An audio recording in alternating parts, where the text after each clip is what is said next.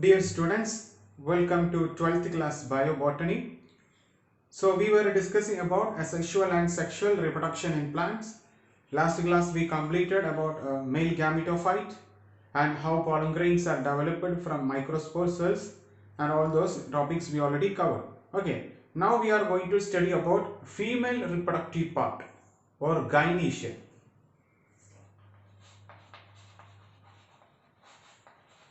Female reproductive part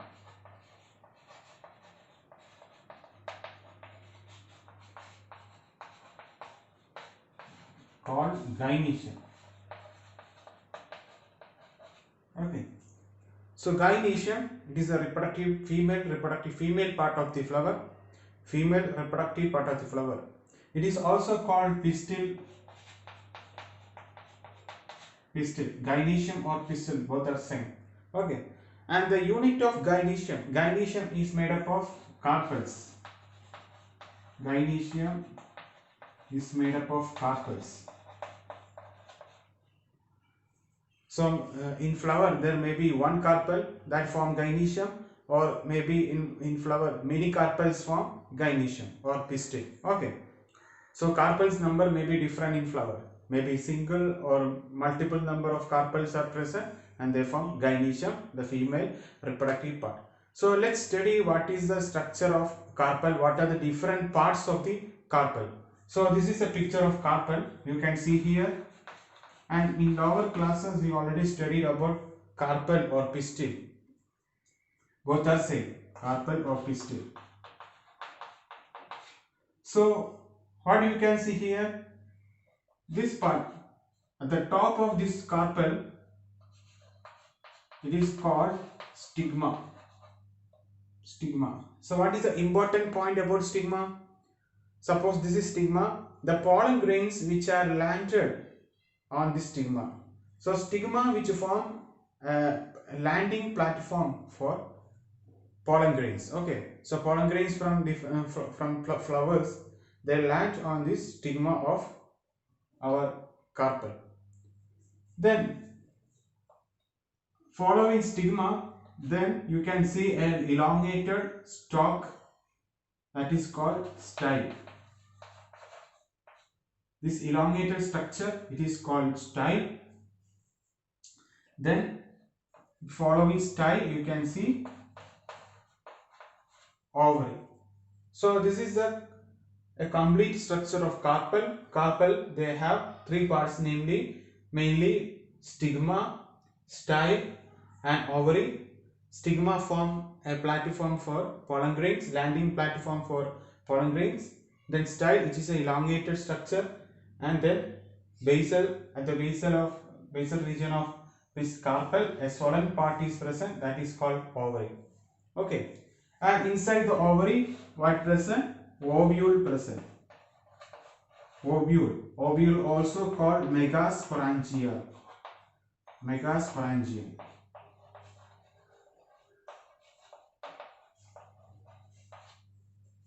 So this ovule, which is arises from the placenta of the ovary. Okay, so ovule present inside the ovary and which arises from the placenta. Then ovary develop into fruit and ovule which develop into seed after fertilization of male and female gametes. We will study all those details coming classes. So let's study what is the structure of ovule or what is the structure of megasporangium. Both are same. Structure of ovule. So structure of ovule or ovule also called megasporangium. So let's study what is the structure of ovule. Okay. So you can see here the diagram of ovule. The ovule, this complete structure is called ovule, which is protected, this ovule which is protected by integuments. These protective coverings are called integuments.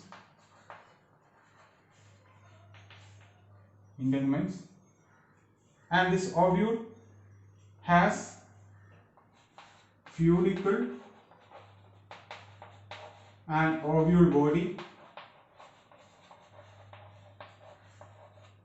Okay, this structure is called funicle. So what is funicle actually? This funicle which attaches ovule with placenta.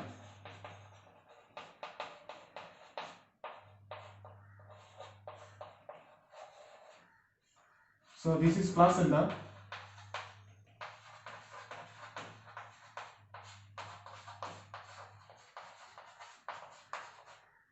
In this ovule there is a stalk.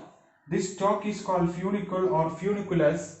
This stalk funicle which attaches ovule body with the placenta, so they are called funicle. Okay, so funicle is a stalk. That stalk attaches ovule with placenta, and this ovule which is protected by integuments.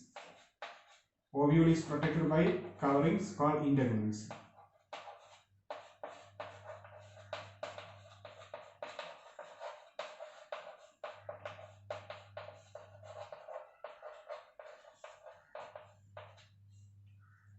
Okay.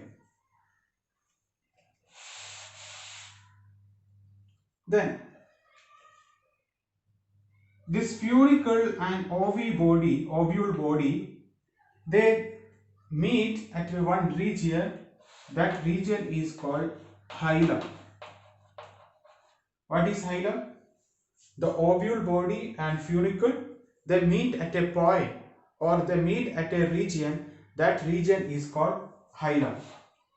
So hilum is the region at which funicle and ovule body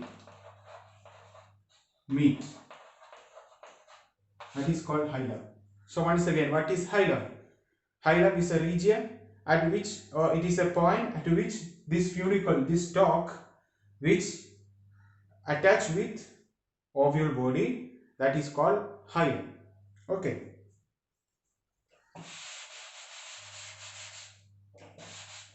So this is hilum and this is funicle. Then I told you about integuments. What is integument? Integument which protect the ovule body. These protective coverings are called integuments. So sometimes integument may be one or two. In case of some ovules, they have only single integument, only one integument as a protective covering. That is called, that ovules are called unitegmic. Unitegmic. Or for some ovules, they have two integuments. That ovules are called bitegmic. So bitegmic ovules, they have outer integument and inner integument. So here this ovule is bitegmic ovule. So they have outer integument and inner integument which protect this, which covers this ovule body. Okay. So ovule may be unitegmic or bitegmic. Unitegmic means those ovules have only one integument. Bitegmic means those ovules have two integuments. Okay.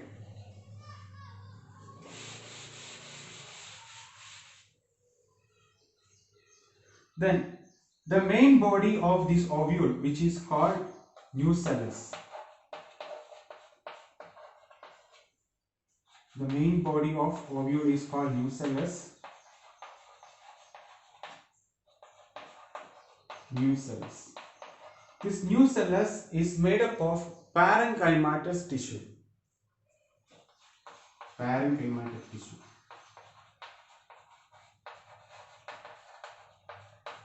This nucellus, which is rich in food materials. Okay. Rich in food materials.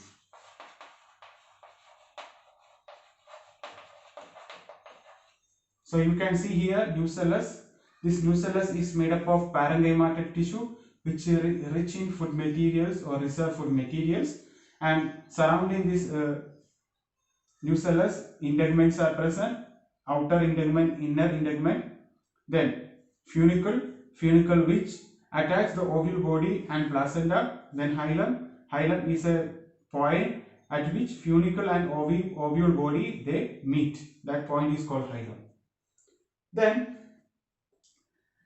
these integuments they cover these nucellus except at one point. That point is called micropyle.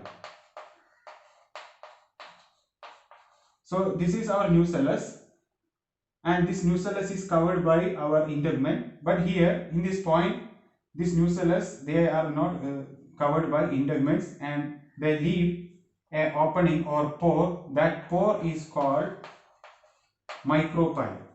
Okay, so micropyle. What is micropyle? Nucellus is covered by integuments except at one point, and that creates a pore or opening. That opening is called micropyle. Then this nucellus and integument and this funicle which meet at the basal region of ovule, that is called chalaza. What is chalaza? Nucellus, integuments and this funicle they meet at the basal region of ovule, that is called chalaza.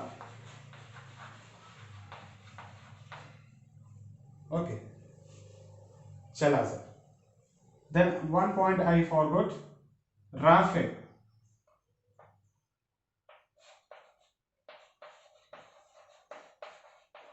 Raphe means when this is our ovule and this is our integument. Sorry, this is our funicle. When this funicle which attach with the ovule, this funicle form a ridge. That ridge is called raphe. Suppose this is ovule and this is our funicle. When they attach with the ovule, this funicle which form a ridge, that ridge is called raphe. So these are the different parts of the embryo, ovule. And finally, embryo sac. What is embryo sac? The nucellus, within the nucellus, embryo sac is present. This is our nucellus, and inside this nucellus, what present? Embryo sac. Embryo sac. So once again, we can discuss what are the different parts of the ovule. First of all, inner side, embryo sac present, and this embryo sac which is surrounded by nucellus, and the nucellus which is protected by integuments, and this nucellus, integuments and funicle they meet at the basal region of ovule, that is called chalaza, and this ovule body which is attached with the placenta by a stalk called funicle, and this funicle and ovule body they meet at a point called hilum, and the integuments which covers this nucellus except at one point, that point create a pore. That pore is called micropyle. Okay. Embryo sac is also called female gametophyte. Female gametophyte, which means they produces female gametes, eggs, and this embryo sac which is developed from a functional megaspore cell. Functional megaspore cell which is developed into functional megaspore cell. This cell which is developed into embryo sac. Okay. So from where embryo sac developed? From the functional megaspore cell. And where is this embryo sac present? Inside this nucellus. Okay. Then in some plants, those plants they have only one integument, or they have only single integument. They are called unitechnic plants. They have only one integument, or unitechnic plants.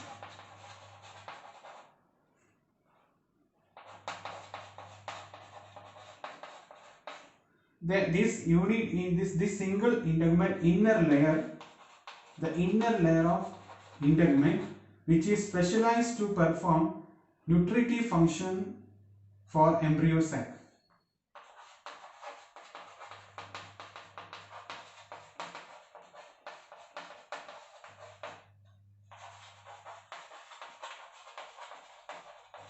So in some unitecmy plants, the inner layer of integument, which is specialized and to perform, which is specialized to perform the nutritive function for the embryo sac. They give nutrients for embryo sac. Those inner layer of integument is called endothelium or integumentary tapetum. Okay, you already studied tapetum in case of anther. This is a tapetum in case of anther, which is the inner layer of anther, which give nutrients for pollen grains.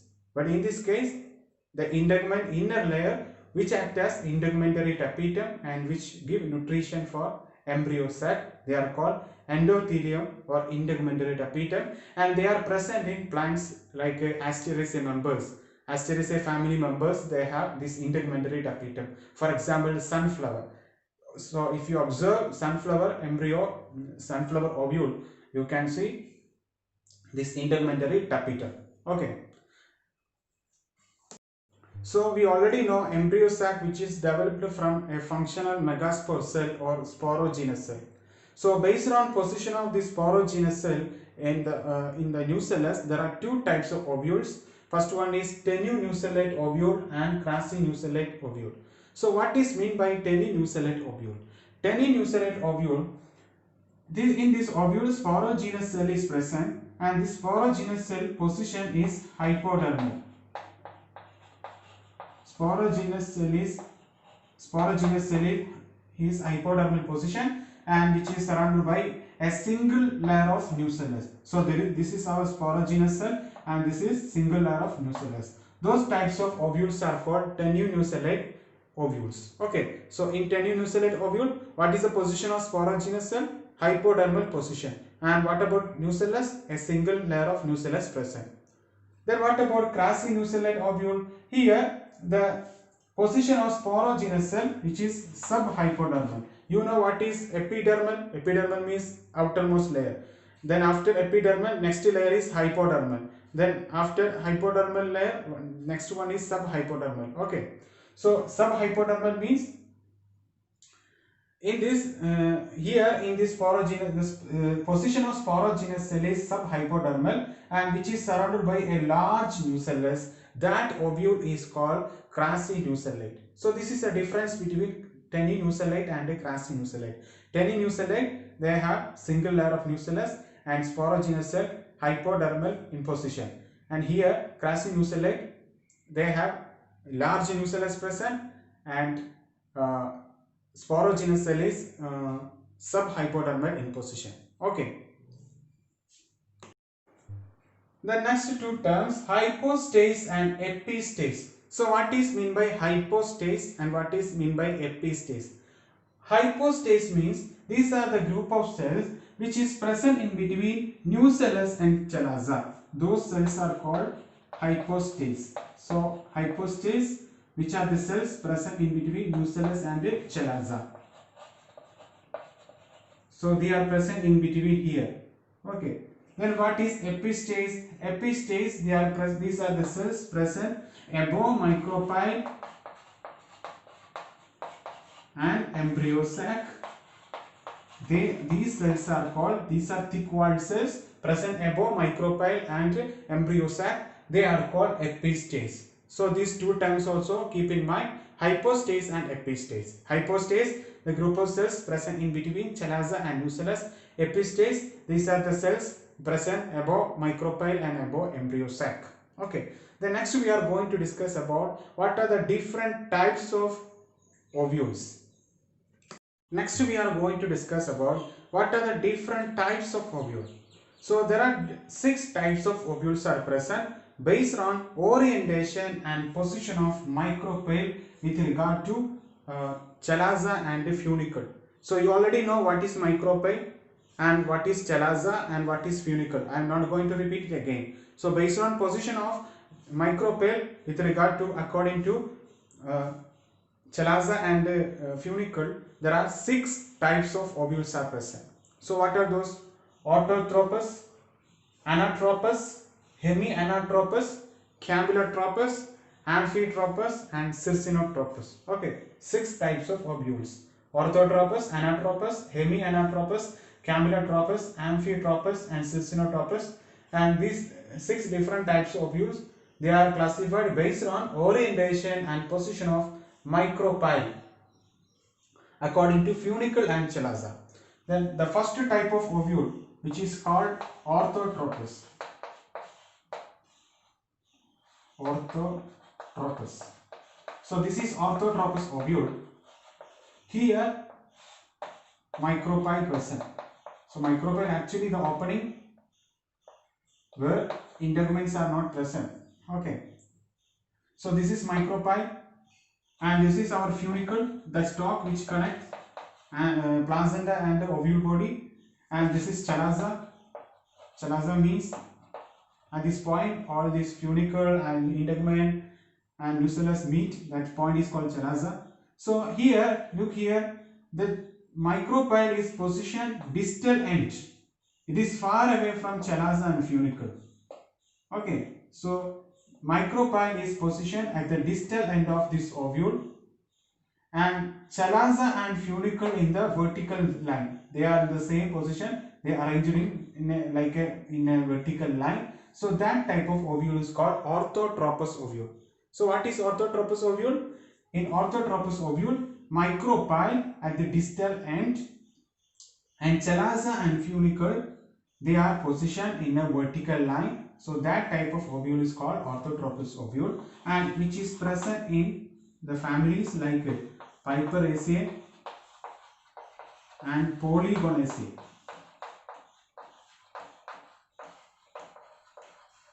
Piperaceae and Polygonaceae. Okay. The next type of ovule, which is called anatropous ovule. Next one, anatropous ovule. Here, this micropyle, this region is micropyle. And what is this? This is funicle. In this type of ovule, anatropous ovule, micropyle and funicle, they are very closely linked together, and this ovule which is inverted. In previous orthotropous ovule which is straight, but in this case the ovule which is inverted, and here this micropyle and funicle, they lie together. This type of ovule is called anatropous ovule, and which is common ovule present in most dicot and monocot plant. So previously we studied the structure of anatropous ovule. Okay, so what is the main point here? Here the micropyle and funicle, they lie together. And which plants anatropous ovule present? Most monocot and dicot plants. Okay. The third type of ovule, which is called hemianatropous ovule. In this ovule, the ovule body which is positioned transversely. Transversely they are positioned and right angle to funicle. So this ovule body is positioned transversely and right angle to funicle. This type of ovule is called hemianatropous. In previous ovule, the ovule body is inverted. Here the ovule body is transverse position and right angle to funicle, and it is present in family Primulaceae. So Primulaceae members, they have hemianatropous ovule. The main point here, ovule body position transversely and right angle to funicle. Fourth type of ovule, which is called campylotropous ovule. In this campylotropous ovule, the micropylar end which is curved. This micropylar end is curved like a bean shape, and also chalaza and hilum and funicle, they are adjacent together. Okay, so here in this campylotropous ovule, the micropylar end is curved like a bean shape, and also embryo sac is also curved, and chalaza, hilum and funicle, they are adjacent together. So that type of ovule is called campylotropous ovule, and which is present in Leguminosae family. Leguminosae family. So beans and pea plants, they have campylotropous ovule. So what is the main point here? Micropylar end is curved, embryo sac is also curved, and chalaza, funicle and hilum, they are adjacent together. The fifth type of ovule, which is called amphitropous ovule. In this case, the distance between hilum and this is chalaza The distance between hilum in chalaza very less. Okay. And this ovules nucellus, which is something like horseshoe shape.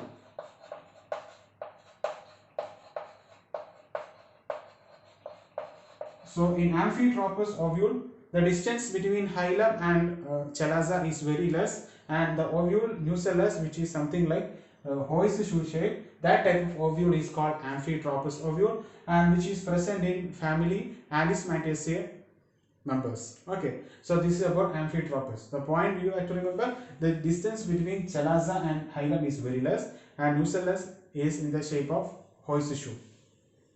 The last type of ovule, which is called Circinotropous ovule. Here this funicle is very long. Funicle is very long and which surround this ovule. Okay, that type of ovule is called Circinotropous ovule, and Cactaceae members, they show, the family Cactaceae, they show this type of ovule, Circinotropous ovule. So what is actually main points about Circinotropous ovule? The funicle is very long and which surrounds the ovule. Okay, so we studied 6 types of ovule: orthotropous, anatropous, hemianatropous, campylotropous, and amphitropous, and circinotropous, based on position and orientation of micropyle with regards to funicle and chalaza, and study their example and their structure, everything. Okay,